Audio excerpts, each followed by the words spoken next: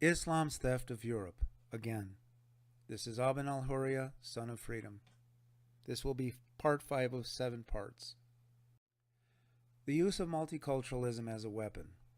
Multiculturalism holds that no culture is better than another culture. All cultures have equal value. Multiculturalism holds that only members of a given culture really know the inner workings of that culture, that observers from outside that culture are not qualified to describe, analyze, or pass judgment. This is what is meant by phrases such as the woman's experience or the black experience, etc. Multiculturalism advocates for insulating members of cultural groups from having to assimilate to become part of a single civil society. Multiculturalism resists the idea of the American tapestry, or whichever country we're talking about. Multiculturalism tends to ghettoize a society because it gives subgroups permission to not have to develop a set of shared values upon which to base a civil society. This leads to fragmentation and strife. Multiculturalism is a threat to Western civilization because it negates the achievements of Western civilization: freedom of speech, freedom of conscience, freedom of the press, freedom of religion, the rule of law, the open society, that is, social learning, democratic processes, intellectual freedom, and human rights, for examples. Multiculturalism would say that it is racist for a Westerner to say that Western civilization is in some sense an advancement over 7th century Islamic civilization. Multiculturalism would say that you cannot say that it is better, only that it is different. That is just relativism. So, ways in which Western civilization is superior to Islamic civilization. Some examples to drive home the last slide. A civilization that does not throw gays off rooftops is superior to a civilization that does throw gays off rooftops. A civilization that allows the natural state of a woman's vagina is superior to a civilization that cuts out the clitoris so that she cannot fully enjoy the sex act. A civilization that allows a woman to choose her husband is superior to a civilization in which a male relative decides her husband for her. A civilization which bases its law on the consensus and processes of secular jurisprudence is superior to a civilization which bases all law on the writings of a single man who, without proof, claimed to receive all his insights from the creator of the universe. A civilization which penalizes theft with fines or punishment is superior to a civilization which penalizes theft with maiming. A civilization in which all peoples are equally protected under the law is superior to a civilization in which there are subjugated peoples who are economically extorted and have some of their boys forcibly taken to be trained as slave soldiers. A civilization that allows people to freely choose their religion is superior to a civilization that kills people for leaving a particular religion. A civilization which, for its survival, sometimes conscripts adults into military service is superior to a civilization which forces the children of subjugated populations into military service to fight its wars of aggression, that is, the historical practice of devshirme. A civilization which allows a spouse to look at the genitals of the other spouse is superior to a civilization which prohibits a spouse from looking at the genitals of the other spouse.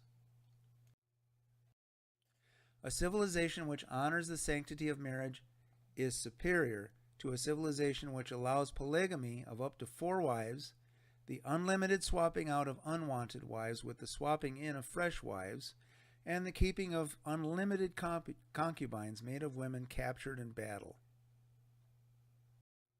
A civilization that allows people to freely choose for or against a particular religious belief is superior to a civilization in which wages warfare to force assent to a religious belief.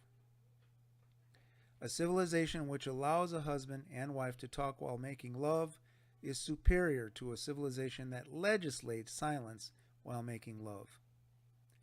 A civilization which prohibits spouses from exercising physical violence on each other is superior to a civilization which authorizes and directs a husband to sometimes beat his wife. A civilization in which a woman can leave home without her husband's permission and without being covered up is superior to a civilization which requires a woman to be covered up when leaving home and only with her husband's permission. A civilization in which a woman is a free person and not the property of some man is superior to a civilization in which every woman is in some sense the absolute property of some man. A civilization in which women are encouraged to get an education is superior to a civilization in which a girl can be honor killed by relatives for insisting on getting an education. A civilization which does not use warfare to promote a particular religious belief is superior to a civilization in which you can be killed for refusing to wage aggressive warfare on people of other religious beliefs. A civilization which allows all peoples to participate in a common pluralistic civic culture is superior to a civilization which imposes a rigid, suffocating, backward, insular, 7th century system of law on all peoples. A civilization which has renounced slavery as a mode of being is superior to a civilization which regularly practices slavery, in which captured wives of husbands still living can be made sex slaves, and which imposes subjugation on militarily defeated peoples. A civilization which promotes social and political learning in the pursuit of liberal democracy is superior to a civilization which stultifies social learning, that is, criticism and analysis, on penalty of death. A civilization which acknowledges Jews as fully human and do all the human rights of other peoples is superior to a civilization which seeks, as one of its highest aspirations, to annihilate all Jews. A civilization which views peace as the mutual permitting of all peoples to exist and thrive is superior to a civilization which views peace as the forcible subjugation of all peoples to itself. A civilization which views pigs and dogs as animals which may be allowed to exist for good purposes is superior to a civilization which classifies pigs and dogs as in some sense foul. A civilization which views the drinking of camel urine as unhygienic is superior to a civilization which advocates the drinking of camel urine for good health. A civilization which allows a girl to become a fully grown woman before marrying so she can freely choose is superior to a civilization which enslaves a mere girl with a marriage bond without her consent and before she can freely choose. A civilization which allows a woman to walk down the street alone in clothing she chooses is superior to a civilization in which men are taught that if she is not covered in a full facial and body robe, she must be asking for it.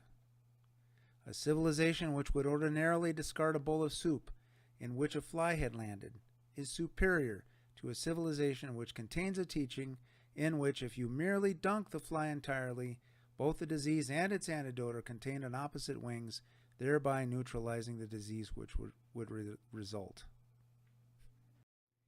A civilization which typically uses toilet tissue flushed down a sewer is superior to a civilization which highly regulates the exact manner in which you are to eliminate. For example, you cannot go to the toilet without shoes. You must cover your head. You cannot be holding anything that mentions Allah's name. You must say a formula upon entering.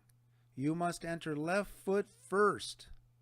You must not lift your garment until you have squatted. You must put most of your weight on the left foot. You must not spend a long time. You must not speak. You must squeeze the urine out of your genitals when done so as to not leak later. And you must not relieve yourself with your front or rear facing the sun, the moon, or the sacred precinct of Jerusalem.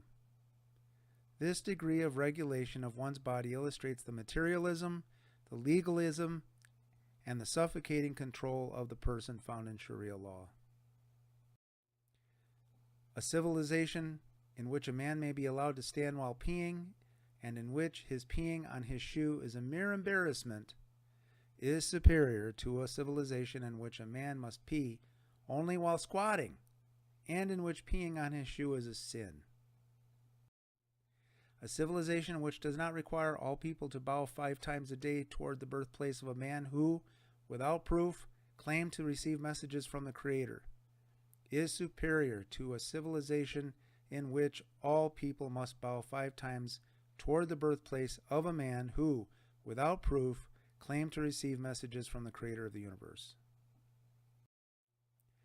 A civilization which allows music as an expression of our full humanity is superior to a civilization that prohibits the enjoyment of music and labels it as sinful. A civilization which allows the artistic depiction of living things, things which represent the highest achievement of nature, or God, is superior to a civilization which views the depiction of living things as foul. A civilization which sees the art of governance as evolving, growing, and refining in pursuit of best practices and justice is superior to a civilization which claims, without proof, that a particular corpus of law was received from the Creator in final, perfect form. I am aware that some of the foregoing examples were crass. By choosing those as some of my examples, I make my point more obvious. These examples prove that multiculturalism is a false philosophy. Multiculturalism denies that we can learn as human beings to create a better society than past civilizations. Multiculturalism carried out would mean the death of ethics, because ethics makes judgments about the relative goodness and of courses of action. Multiculturalism would actually negate the concept of goodness. There is no longer goodness or badness, only difference. Multiculturalism is an expression of identity politics. All people and all ideas are viewed through the lens of which identity group they belong to. This bypasses healthy debate on the merits of ideas and whether one way of governing is better than another. Enter Islam. Multiculturalism is being used by Islamic actors to force Western societies to open their borders to unlimited immigration. Yet Islamic doctrine teaches the superiority of Islam and of Muslims. So Islamic doctrine makes a value judgment that it is better than Western civilization and that it wants to replace Western civilization. Yet multiculturalism says that it is arrogant for the West to make the same claim against Islam.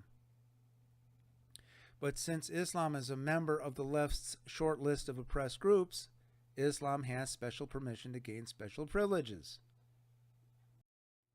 Islamic actors are using the multicultural commitment of the left as its point of entree into Western society. Islamic actors are using the left-leaning tendencies of professors, bureaucrats, and the media to get them to force the rest of society to lower its boundaries so that the Islamic actors can establish civilizational beachheads in our society. It is important to understand the cynicism at work here. Islam is an intolerant worldview, and Islamic civilization is completely insular from modern society. Yet Islamic actors are using the tolerance of Western society against itself. This is especially obvious in Western and Northern Europe.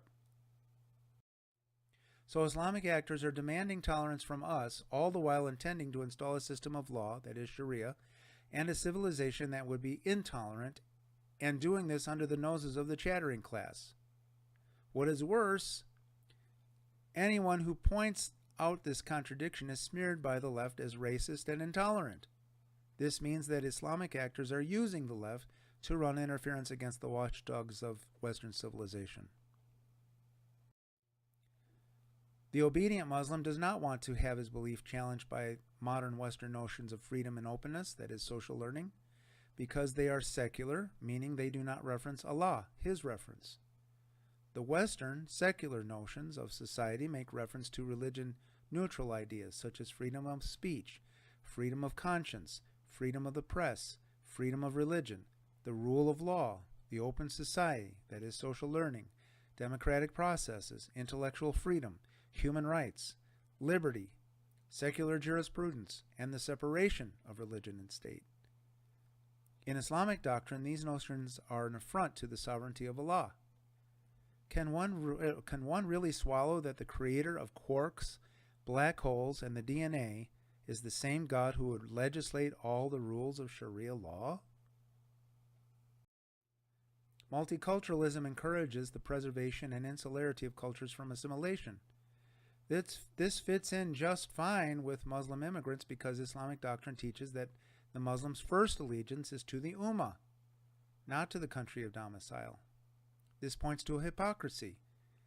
The multicultural leftist wants to respect diversity by not challenging any Islamic belief. But the same leftists look the other way regarding Islam's intolerance of diversity. All right, this ends part 5. This is Abn Alhuriya.